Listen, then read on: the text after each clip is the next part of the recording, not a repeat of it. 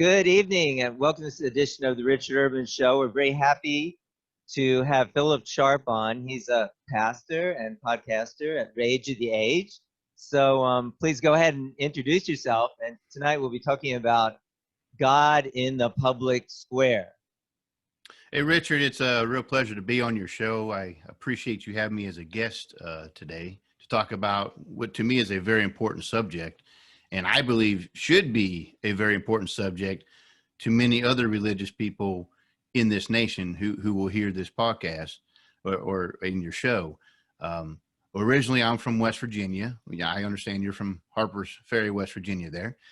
That's A right. little further southwest of you. But I've been all over the place. We moved around a lot, and I served in the military for 20 years. I did 3 tours in Iraq. I retired from the Army in 2012. A few years later, I ended up going into the ministry.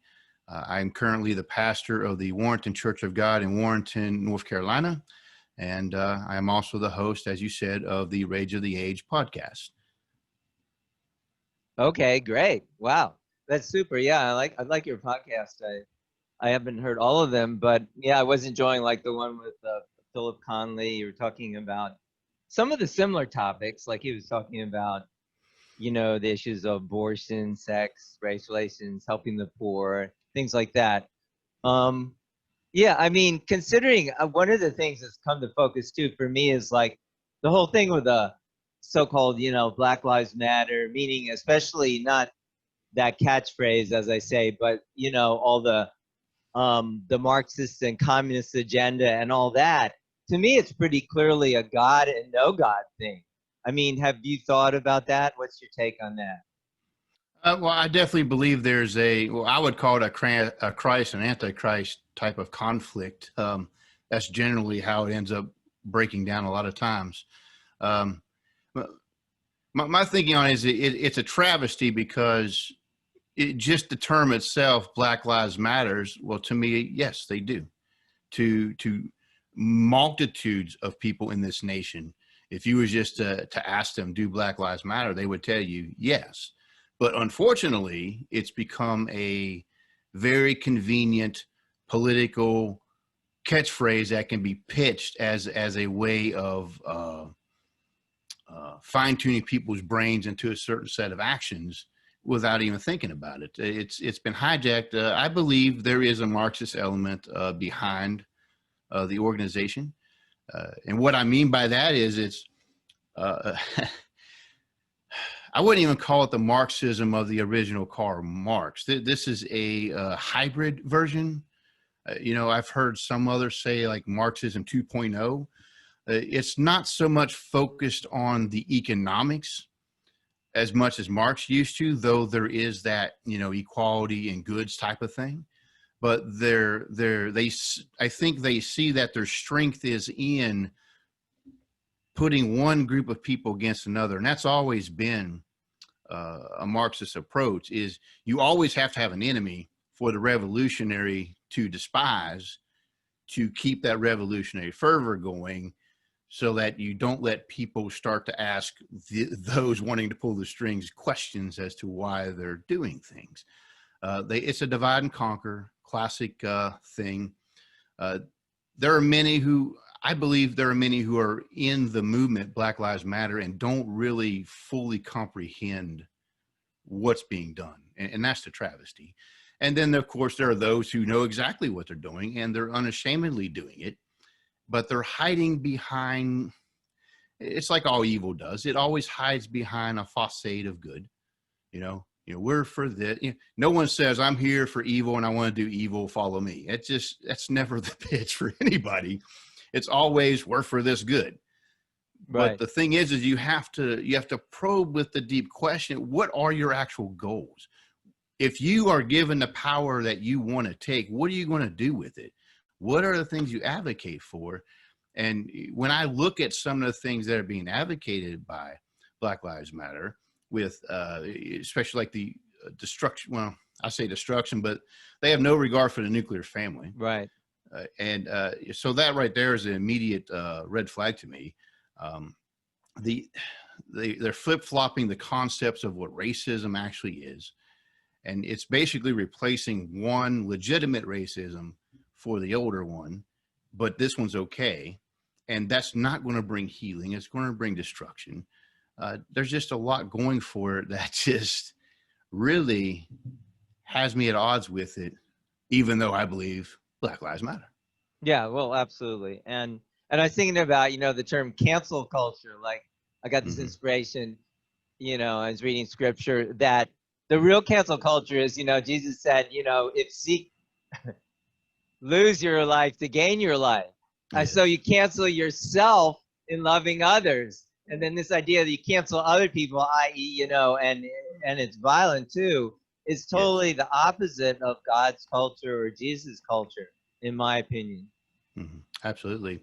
The cancel culture is actually a part of the Marxist approach to politics and to life. You usurp and co-opt those things you can use, and those you cannot, you just snuff it out and destroy it, and you use it as an example. And if you notice, the approach is always from, they make it look like there's this massive sudden eruption of public outrage, which is not there, but they present it in their propaganda to make it look like everyone is just upset with this. But like, if you ask around, nobody really cares or is concerned, or like, what are you talking about? But they make it look like there's this massive outrage. And that's kind of the strategy. Are you really going to be that one person that's against everybody else who understands what's going on? I mean, it makes you feel isolated. It's meant to intimidate. At best, even if you will not support them, it will at least make you neutral. And that's their goal. So now they have a bunch of people who, even if they don't want that type of power being flexed and that type of changes in our country, you're still not going to oppose them because you're in fear of them canceling you out. It's definitely a part of the strategy. Yeah, that's a good point. Well, yeah, I mean, feel free to, by the way, share anything you feel about, that's a very broad topic, God in the public square. But one thing I've been thinking about too is like, well, I think actually I call it parochialism. And Jonathan Edwards, I've come to like recently read some of his writings, and he's talking about this like disinterested benevolence. And he was a little initially, I think he was more for the fervor that became the political movement of the Revolutionary War. But then he felt that that was getting off track, and toward his latter career, he went a different way, more talking about this kind of unselfish lifestyle. And, I thought that was really right on.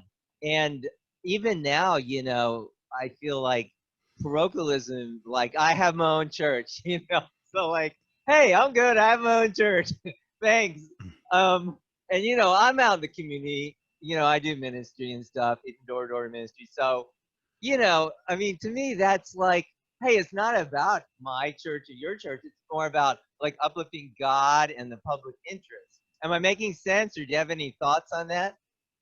Well, I definitely believe that a minister or anyone that would, whatever title one wants to use, bishop, prophet, apostle, whatever they want to claim, but if you're coming from a Christian perspective and you're saying this is my church, then you don't understand what you're representing. The church belongs to Jesus Christ. She is his bride, and she is answering to him, waiting for him, and keeping herself pure for him. That's the whole purpose of being a part of the church until you are reunited with the one you love, which is Jesus Christ. That's, obviously with sinful men and maybe misled ones who have had bad examples or haven't fully considered what the scripture's teaching about it, may go off on wrong directions and pull us in directions that maybe we shouldn't be in. And as far as being involved in the community, we're a part of the community, and we're in a unique situation here, which is something I've had to wrestle with for myself for years, because we're not ruled by a king. We're not ruled by an elite class. It's not a top-down government. So I think part of the confusion some Christians may have is they're listening to instructions about obey the authorities and the government, and that's true to do. But we don't have a king. How do you obey a king when you don't have one? You don't.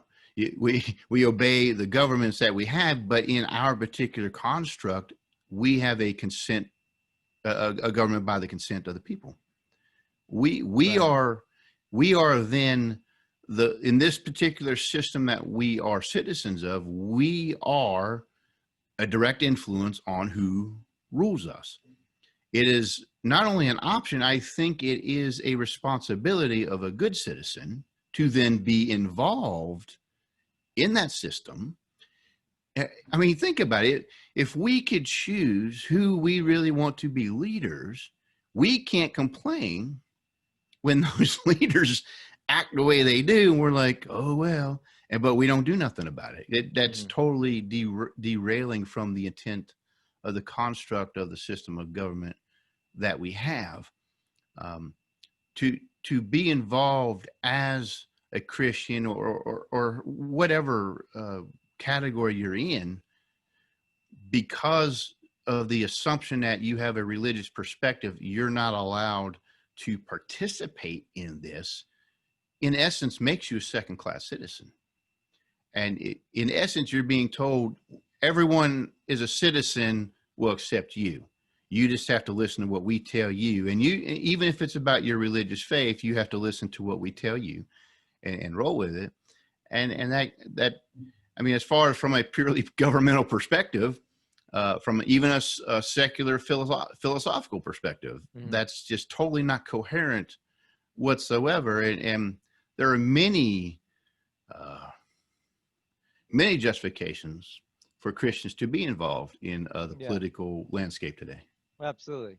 Yeah. Well, I think so. And I'm just more referring to like I guess it's the division, like, between there's so many denominations, Mhm. so it's, yeah, it Well, can there be is a division. frustrating. I mean, Yes. frustrating in the sense that, like, working together in the public arena, I think it could be, or can be.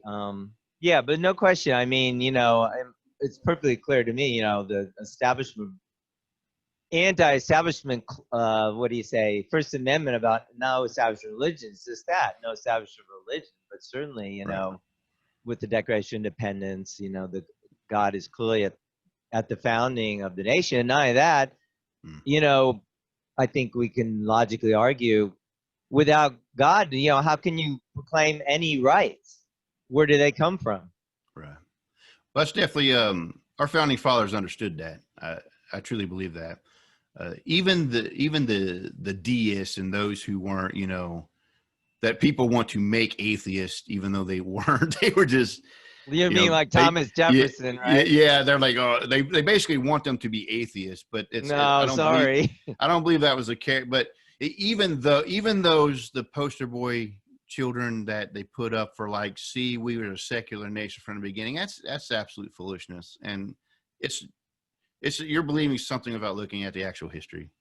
They even though they weren't like fully committed Christians in any sense of the word, and probably lived a total hypocritical life compared to the faith that they had in the back of their head, they still fully believe that the Christian religion was a strong foundation for their country, and it was meant as a means of keeping order Yeah, and a well, common Jefferson, construct. yeah, I know he had a Bible he clipped out to Mhm. find good what do you say, good teachings. Right. Also, interestingly, he attended church in the U.S. Capitol.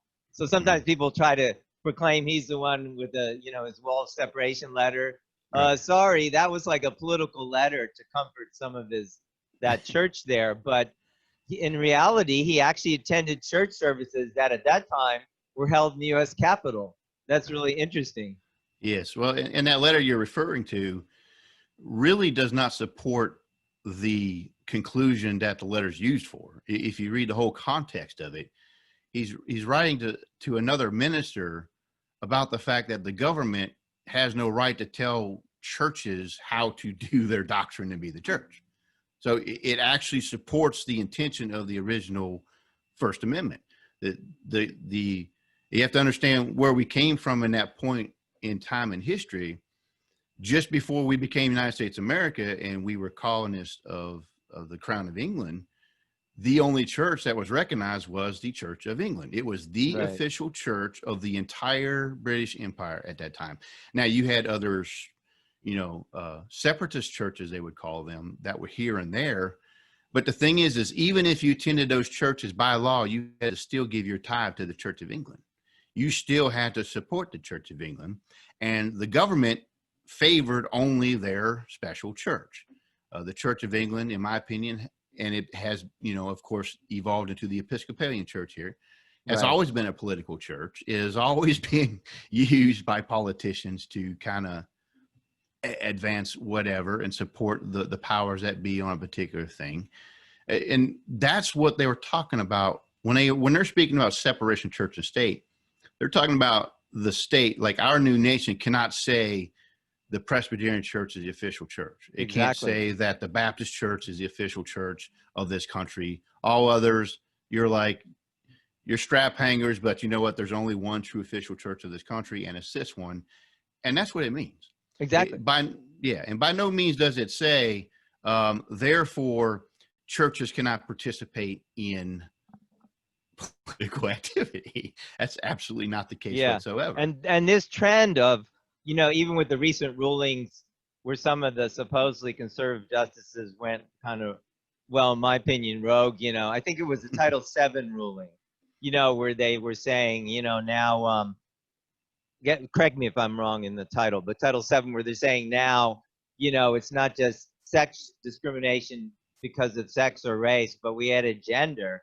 That's like, wow, I think that's going to impose a lot of, that's going to really mess with religious freedom. I think that's going to be really problematic. You know what I'm saying? A lot of it is problematic. And what's being done is, and this is intentional, they're taking a judicial dilemmas, which right overrides the other one, basically. And of course, they're going to emphasize the protecting of discrimination one, as opposed to the right of religion and free speech. And they've, of course, have been using this time and time again as a means to try to silence opposition.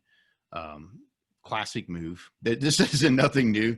It's been put to actually good effect. There's cases in Canada where people have been fined, tens of thousands of dollars just for making tweet comments about, they believe in marriage between one man and one woman. They're ministers, and they're just that's very concerning. Yeah, so I agree. They're and we're moving. I mean, that's since I think probably especially since 2008 when they had the Proposition 8 in California. And I remember, like that guy, the guy who, sorry, I don't remember his name. He's the founder of, Mozilla, Firefox, whatever. So they found that he donated $1,000 to Prop 8. And that guy was like fired immediately by his board. And I thought, this is insane. And he was no question about his competence of his job. Just, hey, how dare you donate to Prop 8? Goodbye. I mean, that was kind of the recent beginning of this whole slide, I think. More recent, Yeah, well, and it's escalated. I mean, of course, you've heard of what is it, Michelin Tire with the thing, the garments you can wear supporting, Black Lives Matter, but you can't wear like All Lives Matter or anything Trump related. Goodyear, you mean? Goodyear. Oh, Goodyear. I'm sorry, Goodyear. That's okay. Yeah, I did hear about that. It's the same thing, and how many, I can imagine how many people have been fired in that company because of something like that. And that's what we're facing here. This is, this isn't just for Christian people. It's for anyone who values just liberty, period, that you can go to work and not get fired because someone saw what you posted on Facebook, or because you went to church and, it was broadcasted live and the minister talked about, the sanctity of marriage and you didn't take it well. So now, you get, somebody fires you over it or whatever. This is the kind of stuff that we're looking at. It doesn't appear threatening because it's an isolated case here and there. But if you've looked over the years, it has picked up speed. And it's not just at it's easy to pick on the Christians, all right? But this has gone beyond that. This is just, if you have a contrary opinion and somebody's outraged enough, they can literally just ruin your life. And that's not the America I grew up in. That is not the kind of America I want to leave to my children. No, it's really, yeah. I mean, this whole idea that well, it is communist. I mean, really, that you destroy your opponent, I mean, and it is godless. I mean, so I think people will see through that. I mean, it seems pretty obvious, but yeah, and the media bias for most of the media. I mean, even after 3 minutes of watching the so-called mainstream news, I like One American News. They're pretty good. But other than that, I watch that. Wow, so lopsided. Yeah, it's lopsided. You're being kind. It's just straight up. I mean, they're giving Pravda a run for their money back in the Soviet era. It's just straight up propaganda. I mean, I have no idea. Like, if they're being, if journalists are just like working against their will to produce the news they're told to produce, or if everyone's on board with it. But either way, it's like at some point, anyone intelligent in that industry right now has got to be wrestling with themselves. Like, how long do I keep going on with this? Because we're not even trying to present what's going on out there. It's just straight up attack, destroy, ignore this over here, paint this one picture, bad, bad, bad. And over here, oh, nothing to see here. Nothing's wrong. Nothing's going on. Yeah, it's hard to see you could reconcile your conscience. I guess you're right. A lot of people probably are struggling. I mean, Yes. probably for a lot of people, it's just a job. But I wouldn't do it, no matter what you pay me. I wouldn't want to violate my conscience. You know what I mean? I know there's been some big name journalists who have left these organizations because they've just had enough, and they've gone on record of what's taking place and what's being done, and it's not journalism. Some of it is politically motivated, and a lot of it, honestly, is motivated by greed. They know that if what they're doing now is driving up the ratings, and they can care less how many cities burn when they do it, and that's the sad reality. Yeah. Well, when you said that, remind me. I remember recently there was that New York Times columnist who was I mean, I don't usually read New York Times, but I did see that Yeah. she quit, and it made some splash. I'm sorry, Yeah. I don't remember her name. Maybe she Yeah, was known for, like, she was maybe, I think she was a liberal, but in not necessarily a bad sense, Jewish lady. But she was just saying, I cannot work here anymore. I've been, canceled, whatever, goodbye. Or that kind of thing. So it caused some stir. But you're right, that kind of thing has just become rampant. Rampant. It's off the charts. It's just, I mean, it's not even no shame. They're not even trying to hide it anymore. I mean, a few decades ago, they would try to at least try to appear to look, balanced and investigative. But now it's just, they've taken off the gloves. They've taken off the mask. They're like, here I am. So what? And it's like just unashamed. So do you think, like, we're moving toward the election? I mean, I would like to think that most people aren't going to fall for this. Or what do you think? Well, I know it's hard as human beings are hard. I mean, I don't know. All I know is in my circles, and it's not like I have a million friends or anything, but in my circles, no one's fallen for this. This has been a strange year. I'll put it this way. I've been shocked by this year because I have ran into numerous Black people who have left the Democratic Party because of the stuff going on. And it's not just because this just started, but over the years, they've pieced everything together. And it's like, they really don't care about us. They really, and they don't. And, right. And a lot of them become conservatives. Well, the thing is, I believe what happened is they realized they were conservatives all along.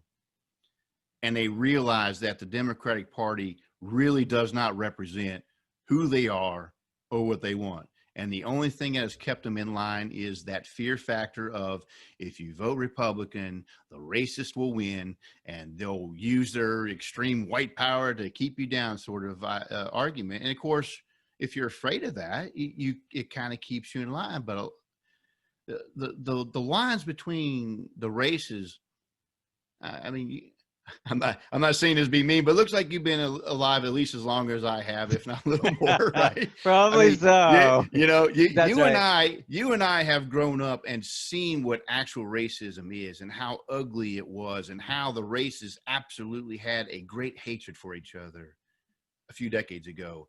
I don't see that now. No, I And agree I've with you. been north, south, east, west. It, I see more harmony. I see more mixed couples. I Yeah, a see lot more more, interracial marriage, and I think that's an important uh-huh, part of building more interaction.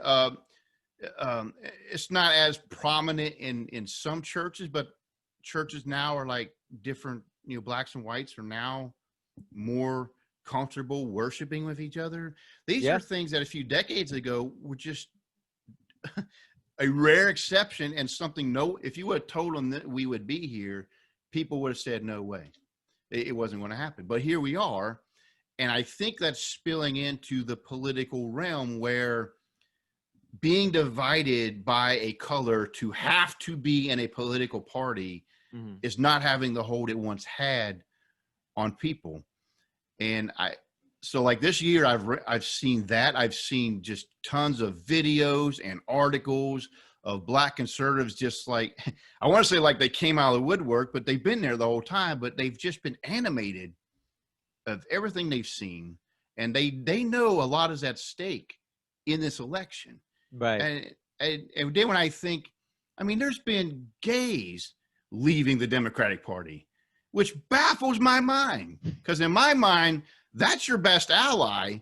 But that's how bad the Democratic Party has become, to where even they feel they cannot be in the Democratic Party. Yeah, like it's hard to reconcile things like that. I mean, yeah, I don't think like as mentioned in my podcast, is like necessarily a left-right thing. I think we need more um like God-centered viewpoint or philosophy, but nonetheless, yeah, things like abortion up till a term, it's very hard to reconcile that with a God-centered viewpoint, in my opinion. Well, it is. And of course, I mean, this can go in a million directions theology wise, but to me, for a very basic, simple Christian understanding, I cannot comprehend how anyone can say that by their Christian faith they're for abortion. It just doesn't set well with me. And then when we see where it goes to, like you say, late term abortions, but even where you have advocates, like even after the child's born, Wow. just kill it. And it's like, who, but see, that started small. These things that we're seeing, like 2 or 3 decades ago, we would have never dreamed of, yeah, just kill the kid, when it comes out, or just, or the homosexual lifestyle just being so rampant no one dreamed of this stuff was going to happen, but here it is. It's so when you hear warnings now about, we're opening door for polygamy, we're opening the door for pedophilia, we're opening the door for infanticide. Now it don't seem like, well, no, that's ridiculous. That's never going to happen. But you know what? 2 or 3 decades ago, that's what they were saying about now. And I'm telling you, if we don't get ahead of the moral compass and wake up, at least the Christians in this nation, about the moral decay that is here, and you're like, well, that ain't going to happen. I'm telling you, if we don't come to terms with it, it's going to be here. And we're going to be just as shocked now or then as we are now about a lot of things. Yeah, I agree. One thing I wanted to like maybe put out there and get your opinion. So I think one thing is like there's how'd you put it? So I'm a unificationist, like our church was founded by Reverend Moon. So, but I consider that Christian. I know some pastors might have other viewpoints, but in any case, put that aside. So what I'm getting at is like it seems like a lot of the theology of the Second Advent. I think the theology of the Second Advent should really be, or of these days, whatever you want to call them, last days, whatever, should be based on God's original idea of creation. I think that's something I think Jonathan Edwards talked about some too. In other words, what does it say in Genesis? Like Genesis 1:20, be fruitful, multiply, have dominion. So we Right. see, I think the issue of the age really is like breakdown of the family, that so many, you know, births occur outside of marriage, or so many, and even the whole homosexuality issue, that's a corollary of that, because of course that's not a Right. godly family. Sorry, no offense to anyone or take offense, but it is what it is. But I guess what I'm getting at, so the traditional Christian theology, and you correct me if I'm wrong because you're a pastor, is, we focus on the crucifixion, death, and resurrection of Jesus. I'm not saying it didn't occur, that's wrong, but it seems like we need more focus on the theology from Genesis in the last days, because that's what God's going to try to bring about, is like united families centered on God. Am I making any sense? Or maybe I'm rambling too much. But it's something to kind of think about, Yeah. I think. Well, I believe there is an element to what you're saying about a reconciliation of God restoring creation. But I think we have to understand the the the reconstruction of creation, if you will, is going to be a new heaven and a new earth. It's not going to be like the one prior that we had fallen from. Mm-hmm. So it's not like we're working to restore it back to the Garden of Eden type setting. We're moving forward to something totally new with what God's creating. This is what we see in Revelation of But a new you heaven don't and a think new like earth. in Genesis, like, I mean, I take Genesis 1:28 to mean like we should have, godly families, like be fruitful, Yes, multiply, have dominion. So absolutely. since God said that even before Adam fell, and Mhm. but obviously before Jesus came, then wouldn't he still want to do that? Well, You know yeah, what I yeah. mean? It's definitely not like the principle died and went away, because we are obviously inheritors of that original tension for this earth that we have. It definitely has its place. As far as like theologically, as you're speaking to me, that's not like the focus Mm-hmm. of specific living for a Christian. To me, that would be a natural result and byproduct of being faithful in Christ. If you are Christ and you love him and he's with you, that you're going to want to be in accordance with what his wishes are, and to have good and sound families, and to be Mm-hmm. good citizens, good people, whatever. uh, all the ails that we have, if we focus just on like just that thing and say we need to fix that, I mean, yes, but to me, if I may be accused of being simple-minded, it all first starts in Jesus Christ. Mm-hmm. Yeah. Well, that's right. I mean, in the sense, we could probably go off on a somewhat of Yeah, not really a tangent, but right. so, for instance, if Jesus would have had a family, I know that maybe anyway, then he would have had a lineage. I guess it goes back in the my understanding, and the teachings I studied, like from Reverend Moon, that we got onto a lineage, meaning like it had to do with like what you could say misused sex or bad sex. So then John 8:44, you are of your father the devil. That's a problem. Devil's not supposed to be our father. God's supposed to be our father. So how Right. do we get back on the track? So then in my mind, an understanding marriage is like a sacrament, and what we Mhm. call it in the unification movement, like blessed marriage, where we get back onto the, how do you say, track. Or when I say track, I mean lineage of God versus Satan. So to me, that's a big thing. So Yeah. maybe you can get an inkling of where I'm coming from. But anyway.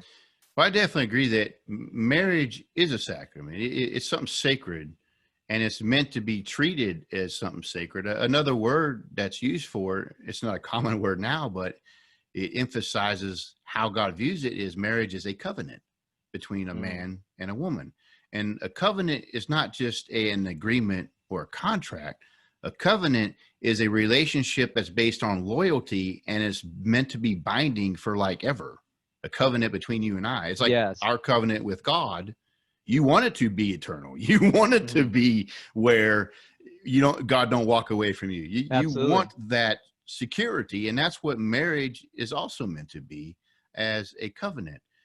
Even if even if someone doesn't like the religious backing towards marriage, I think most who are not can understand that a good, sound family is a good, solid foundation for your community, for your nation. Um, just the statistics and the studies alone about the disadvantage that children have in homes without fathers versus those who have fathers. Exactly. The numbers are huge. I mean, you can be like, well, I don't like your Christian view of marriage. Okay, do you like math? Because look at it. With dad, without dad. Nuclear Right. family, not nuclear family. Which one's better? The numbers speak for themselves. True. To want to rip the carpet from under that is just foolishness.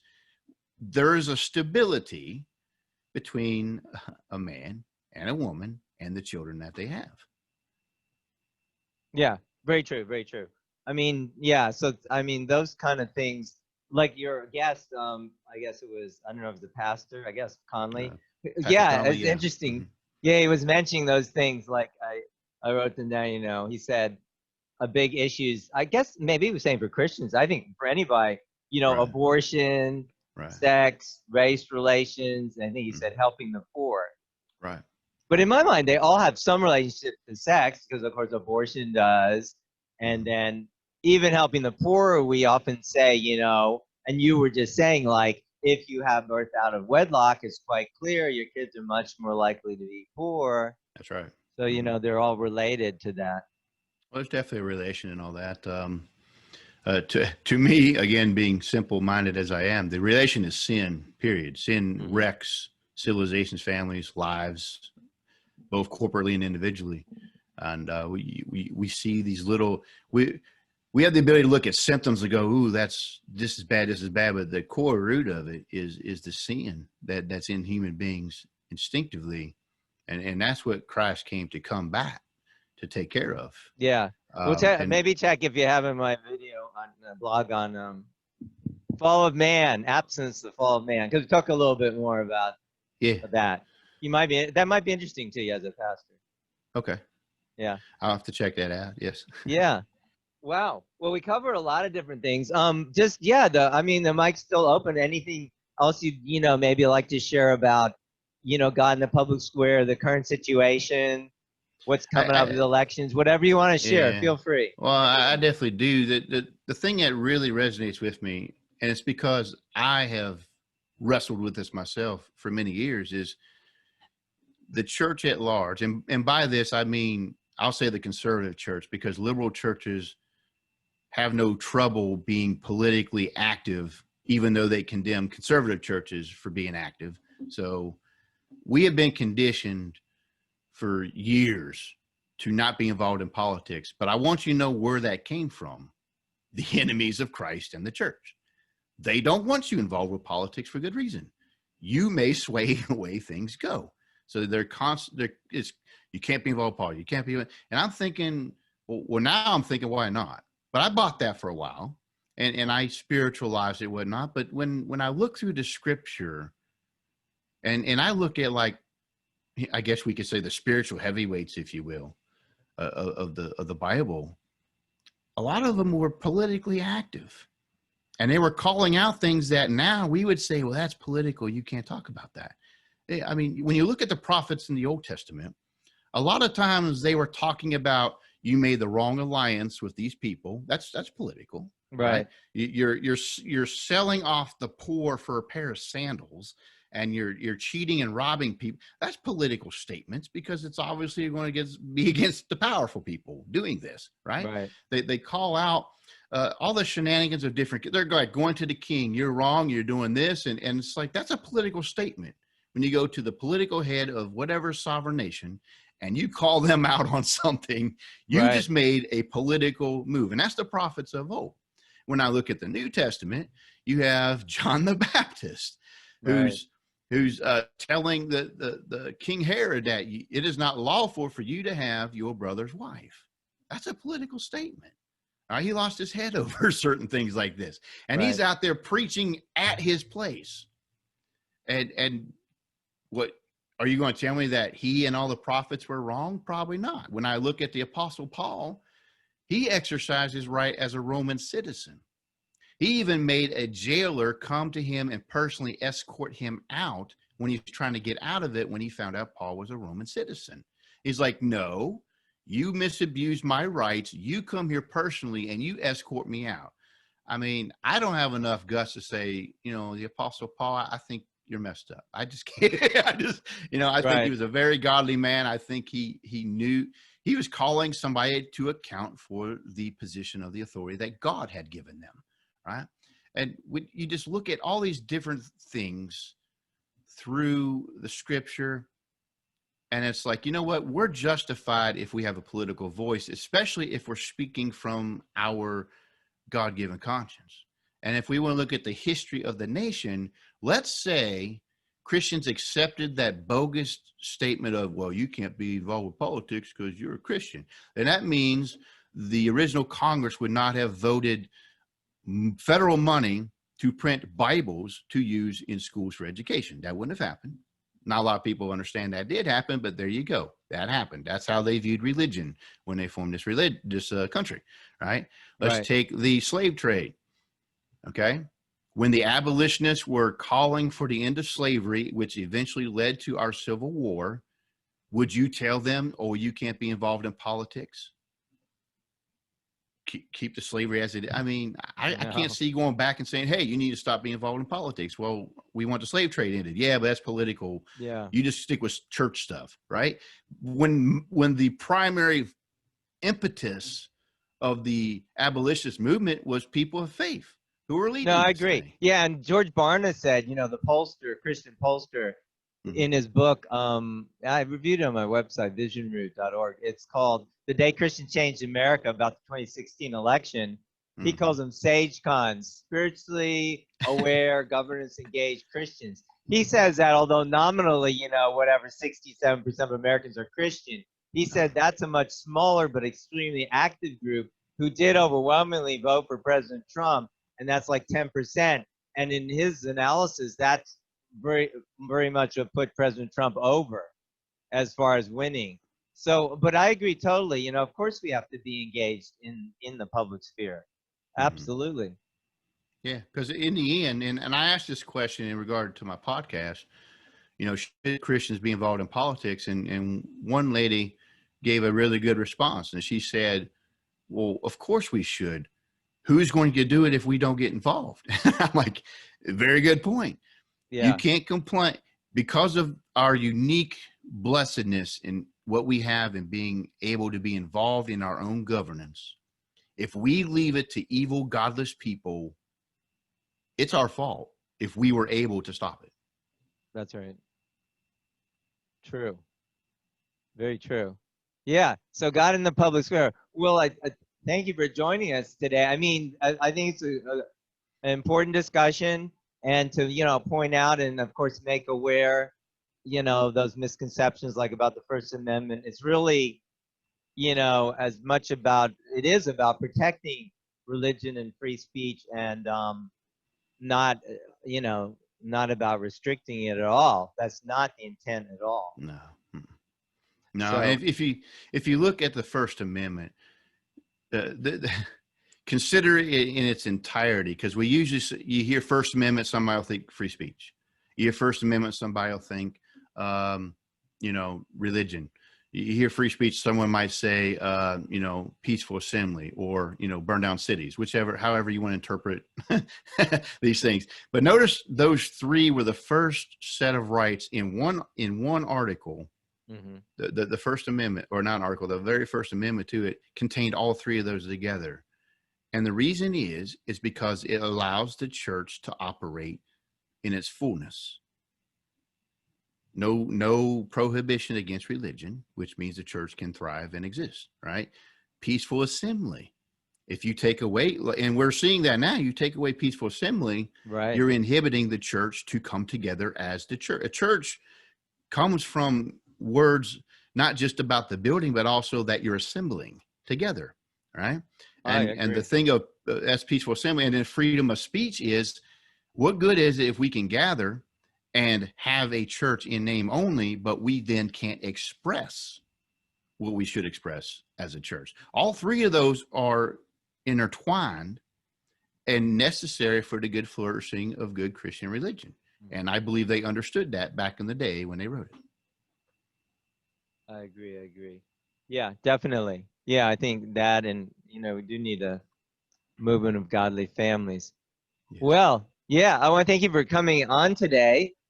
Perhaps we'll continue this discussion. And for the viewers, the Rage of the Age is a very good podcast. I recommend it. Yeah, Thank you. check it out. So yeah, I mean, and yeah, so thank you again for the time and coming on today. I appreciate you having me on today. It was an honor. Okay, so I'm your host, Richard Urban. I'm coming to you from historic Harpers Ferry, West Virginia. Do be blessed tonight. Tonight we've been talking about this afternoon, God in the Public Square with our guest, Philip Sharp. Rage of the Age is his podcast, so I'm sure you'll find that and check it out. And do be blessed, and we will see you next time.